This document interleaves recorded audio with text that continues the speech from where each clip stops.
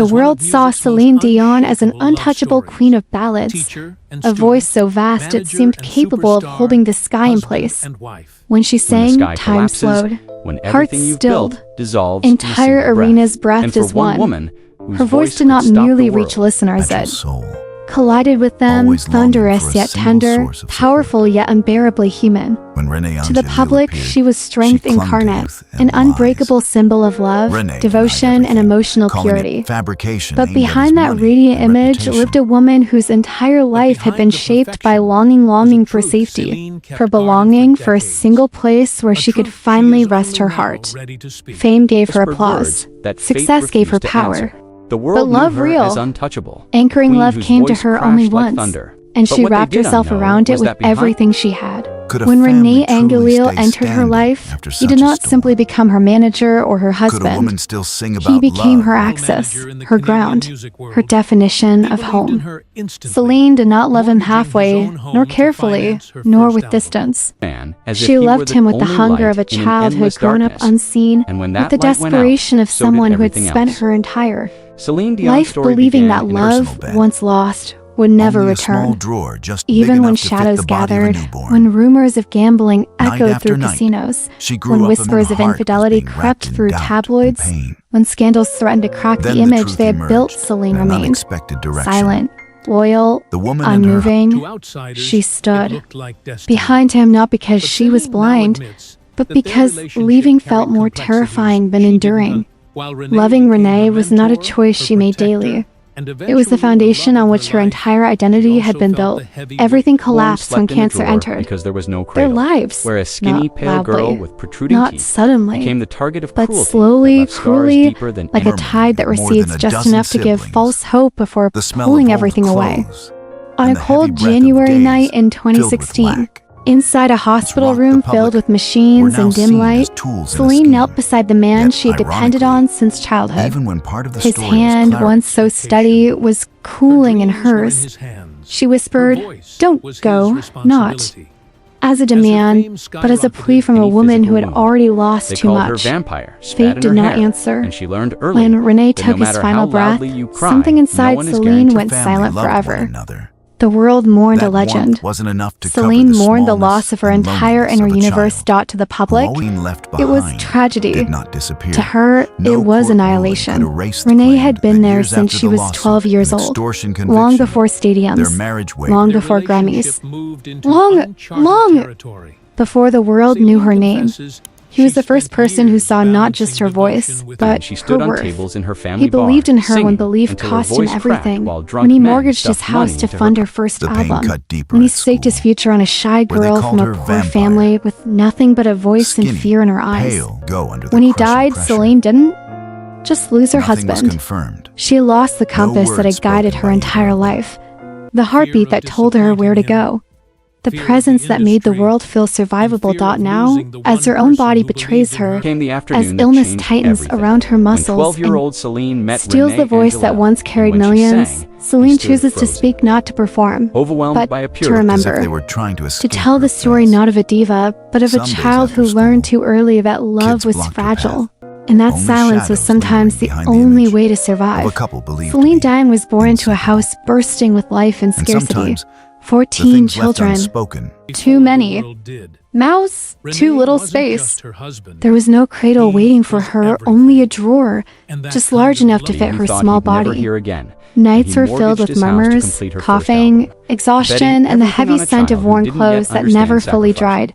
Love existed in that home, but it was stretched thin, divided into pieces too small to fully shield any one child from loneliness. Céline learned early that being loved did not always mean being seen.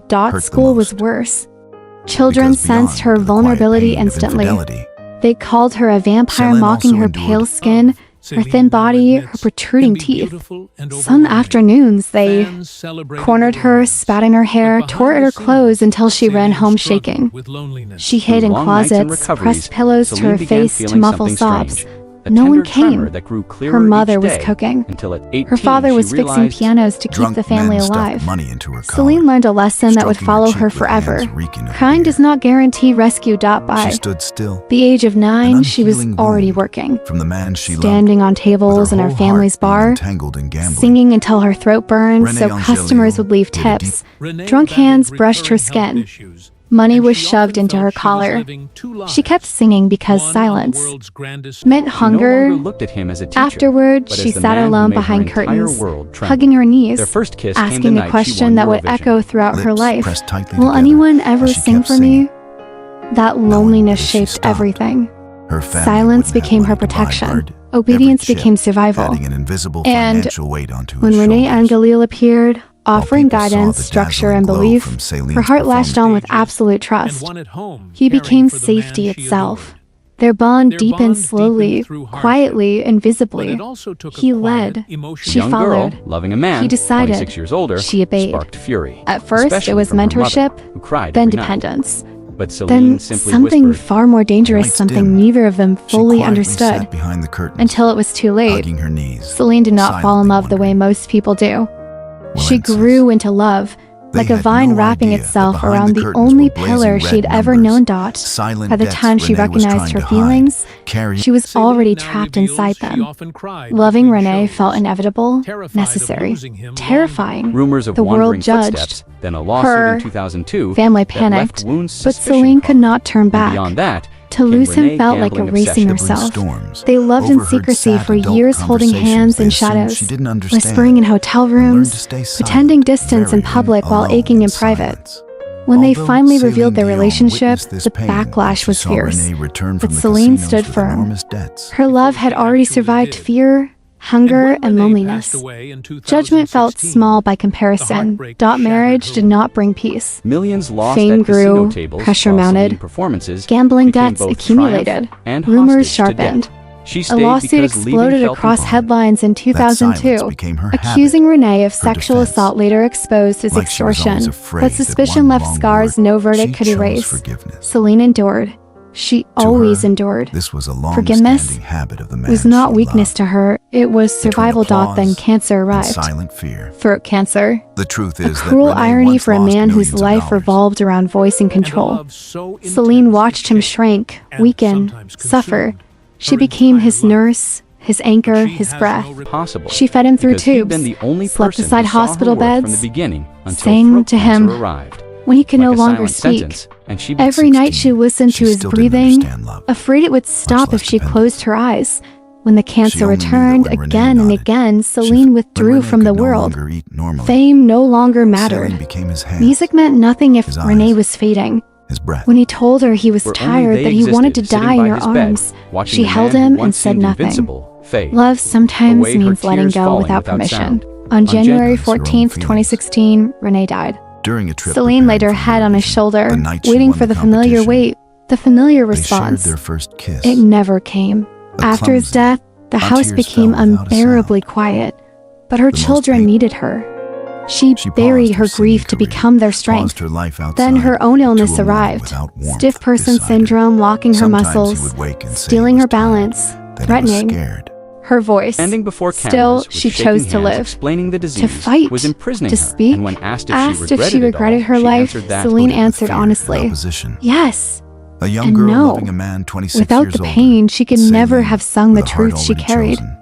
Every scar became a note, every loss, a melody. Now, in the quiet glow of sunset, she sits holding her child, hands trembling, body aching, but smiling not as a star, but as a woman who survived love, loss, and silence, and still chose hope. You stayed until the end of this story. Thank you. And if you continue walking forward, remember this: as long as your song exists, you are never truly alone.